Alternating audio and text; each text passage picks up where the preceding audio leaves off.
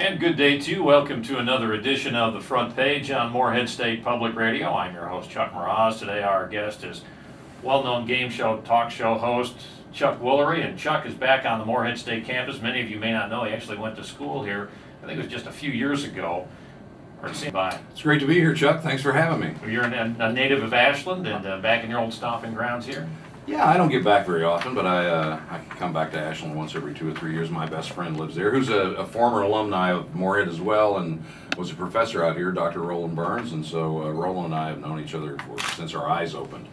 So it's kind of odd to be our age, I think, and still have a friend that are as close as we are, and yet be on different sides of the country. So once you go your ways, you kind of lose those childhood friends, but we've stayed friends, and so I like to come back and visit him. That's my excuse now. When's the last time you were on campus? I can't remember. It's been so long ago, I honestly don't know. I have no memory of being on campus other than, when I was here. We won't get into that. But well, the reason I came here, it was I was going to UK, and I was on a winter break, and I was singing at a club over in Ironton, Ohio, or somewhere in that area, like, close to Huntington. So I was singing in a nightclub over there, and a girl came in who was really cute with a bunch of her friends. And so we decided to go out, and her name was Norma something, but she was a cheerleader here. And so we went out, and she was like one of the greatest kissers I ever met in my life. And because of Norma, I followed her here. I switched to Morehead. I went, okay.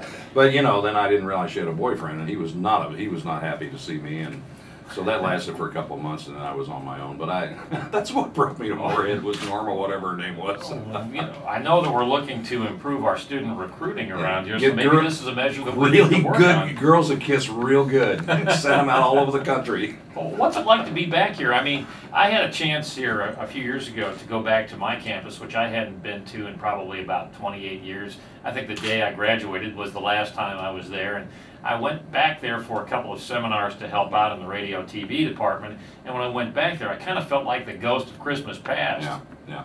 Well, it's funny, because I was talking to somebody else here. I won't mention their name and implicate them in my story, but when I mentioned Norma, there was a reason for that. When I came back and got on campus and I started looking at Manon Hall, started looking at the library, started looking at different places, the lake, all of that kind of stuff, it was like I met her over here and we went over there. It's all romance.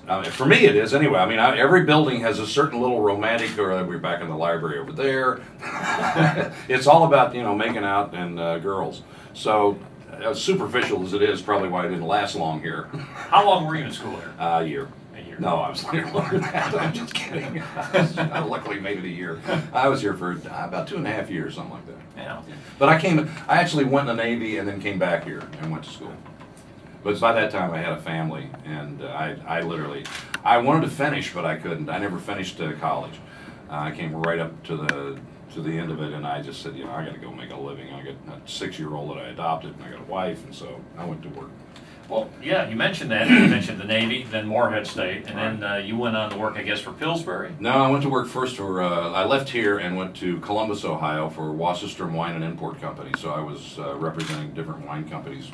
Before it was really, people weren't drinking wine back in those days, and so I was going to restaurants and setting up their wine list and stuff like that. So that was my first job, did that for a year.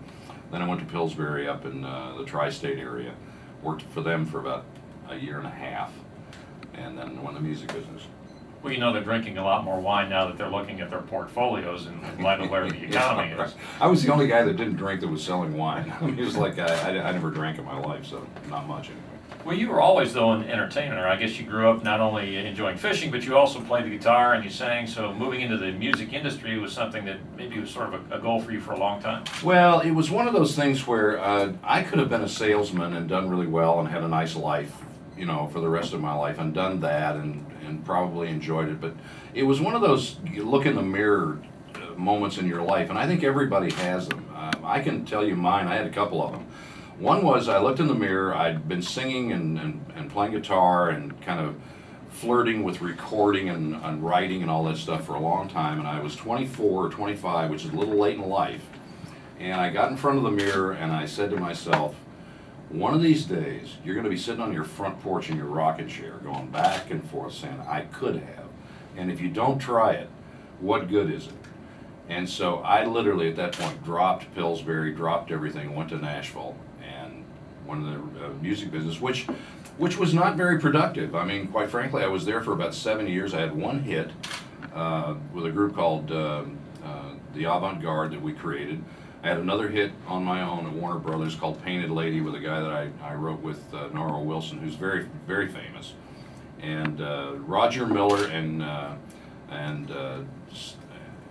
can't think of his name right now, it just escapes me. But anyway, Roger Miller met me like 3 years after I started doing Wheel in Los Angeles. And I promise you I'll wrap this up. And he said to me, have you written a book yet? And I said, no. It's a little early, don't you think? And he said, well, when you write a book about your life, I had the title for the chapter on your musical career. I said, what would that be, Roger? He said, you can call it Riding the Crest of an Undertow. So pretty much, that was my musical career. It just kind of rode the crest of an undertow. I could never quite get on top of the water. But it led to my television career. So if it hadn't been for the musical career, I'd never have a television Well, how career. tough was it to just come out of nowhere, essentially, to try to start a music career in Nashville back in the 60s? Just as tough as it is to come out of nowhere and try to start any kind of career. It's very hard. But if you love it and you have a certain passion for it, it doesn't matter. I mean, I think the success in life for people who are really successful, no matter what they do, are people who go for the things that they love, that they have a passion for. Then you can't be not successful. Even if you don't make a lot of money, it doesn't matter. You're still doing what you love. And so I think the task is finding what you really love and what suits you. And most people don't take the time to do that. I was 33 before I got into television. It's a long time. Yeah, most people are well established in their careers by then. Some people are close to retirement. Well, how did that happen? You were in the music industry and you wind up in television. I know you were in the News Zoo Review, which my brother used to watch when he was a small little kid. You were Mr. Dingle. Yeah, Mr. Dingle, who I created.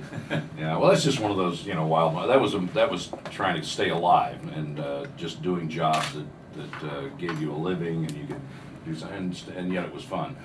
But my career started with Jonathan Winters, who a lot of your listeners may or may not know, but. Great comedian. A bizarre and strange man, and wonderful, just very, very smart, from Dayton, Ohio. And Jonathan was on the national scene. He was my hero. I had very few heroes, but Jonathan was a hero of mine. And Robin Williams and I really are in the same category, and Burt Reynolds too. Burt Reynolds is another same guy. We all idolized Jonathan Winters, every one of us, all three of us, because I've talked to them about it. And I had done a record, oddly enough, I was living in Nashville, but I was recording at RCA in Los Angeles.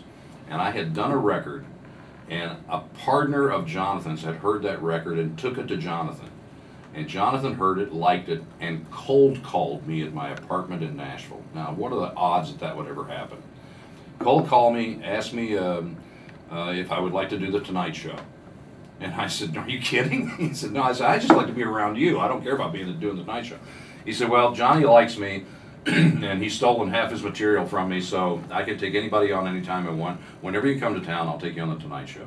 And he did.